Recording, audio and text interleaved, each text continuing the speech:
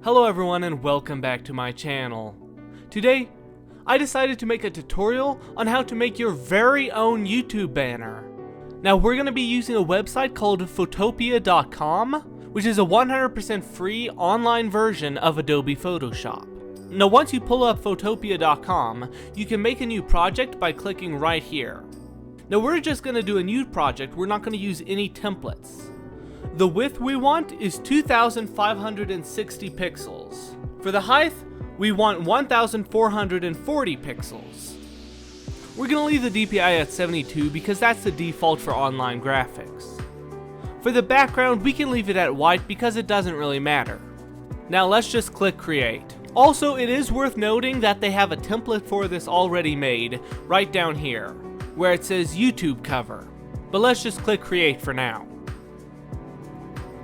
Now, when you click create, the document itself pulls up. As you can see, this isn't really the YouTube banner size. This is because YouTube banners have borders on them. So the first thing we're going to do is create some of those. Right down over here, you see the rectangle tool. Now let's make a rectangle.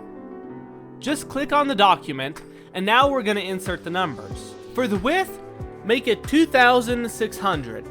And for the height, make it 500. Click OK, and now you have your rectangle. We're going to go ahead and take this rectangle and we're going to drag it to the top. Now go ahead and hit Ctrl J, which duplicates the rectangle. As you can see over here in the layers panel, we now have two shapes. You can rename these if you want, but you don't have to. Now take the second rectangle and drag it down while holding the Shift key to keep it even. Now as you can see, we have two rectangles. One even with the top side of the canvas and one even with the bottom side. Now with one of the rectangles selected, go ahead and select the rectangle tool and click the drop down by the fill. This will allow you to change the fill type of your rectangle. Go ahead and click this to expand your color picker and pick a color you like. I'm going to go with a nice purple color for mine. Now copy the hex code and click OK. Press V to select your mouse tool and select the other rectangle. Now repeat the process by selecting the rectangle tool, opening the fill, and pulling up the color picker. With the color picker up, you can simply paste the hex code from the previous rectangle into this one, and then click OK. Now both of your rectangles are the color you picked. In the layers panel, we're going to select one of them and then select the second one as well. Now, at the very bottom of the layers panel, you should see an icon that says new folder. Click that and now both of your rectangles are in a folder. Now at the top of the layers panel, you see a little lock icon. Next to it there are three check boxes. We just want to go ahead and select all. Now you can't move your rectangles, which is going to come in handy as we're going to do a lot more editing. Now it's time to add a background. Open a new tab and pull up your search engine.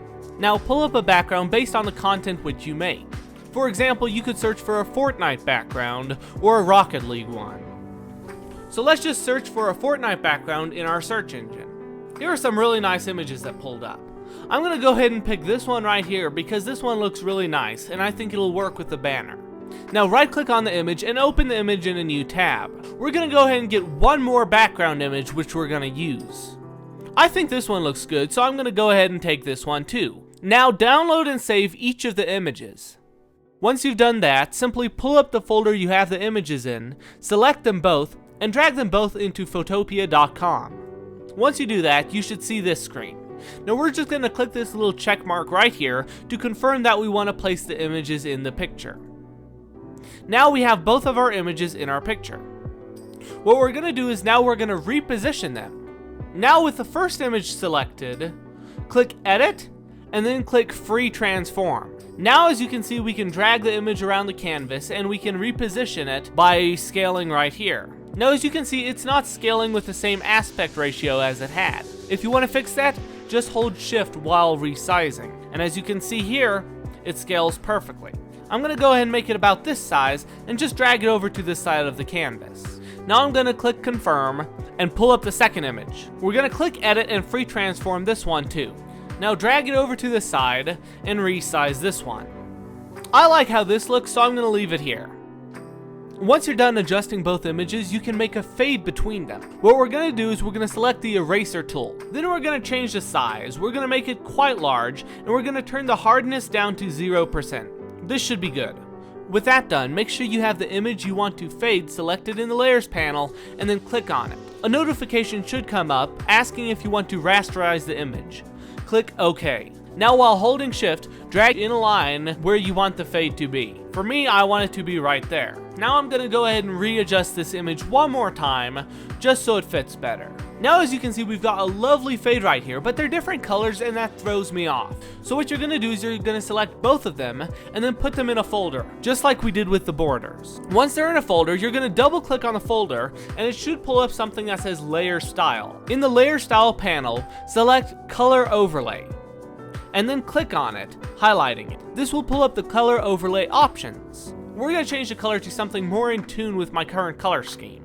So something like this will work. Then change the blend mode. You can experiment with different blend modes to see which one fits your image. I really like how this one looks, so I'm going to stick with it. Click OK. Now what we're going to do is add a little shadow behind the borders to give it depth. Double click on the folder that the borders are in and click Drop Shadow. Now with that selected, we're going to turn the distance off. The spread and size will be increased though. I think that works great. Instead of using just black, we're going to do a very dark purple, so it fits with the color scheme better. With that done, click OK. As you can see, this is really coming together. But now we need to add text. So press T on your keyboard and then click on the image. This makes a new text layer and you can start typing. I'm going to go ahead and use my name for this banner, but you can put whatever name you want. Once you've typed your name, hit Ctrl A and that will select all of the text. With all of the text selected, let's turn the size up a bit.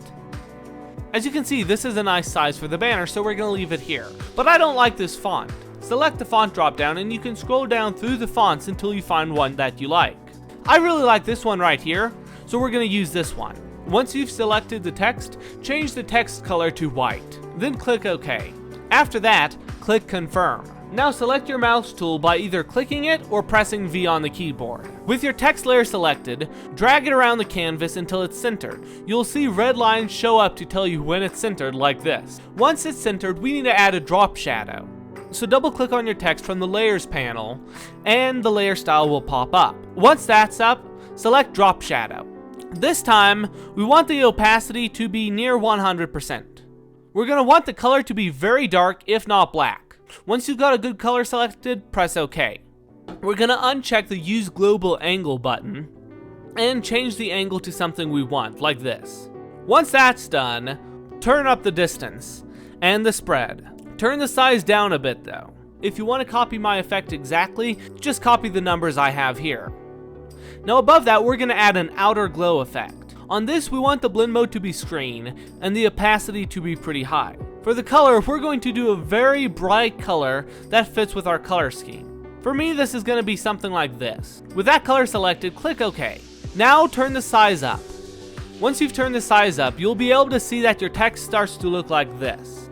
If you want, you can also add an inner shadow, but that's not necessary. Once you do that though, your banner is done. You can add some overlay effects if you want, but you don't need them. It looks great just the way it is. Once you're happy with your banner, you can save it by going to the File menu. You can either save it as a PSD or export it as a PNG. If you save it as a PSD, you will be able to edit it later. If you export it as a PNG, you'll be able to upload it to your YouTube, but won't be able to actually edit the PNG file. I suggest saving as both because you never know when you might want to update your banner. Hopefully this tutorial was helpful for you, but let me know in the comments. Thank you so much for watching, and I will see you in the next video.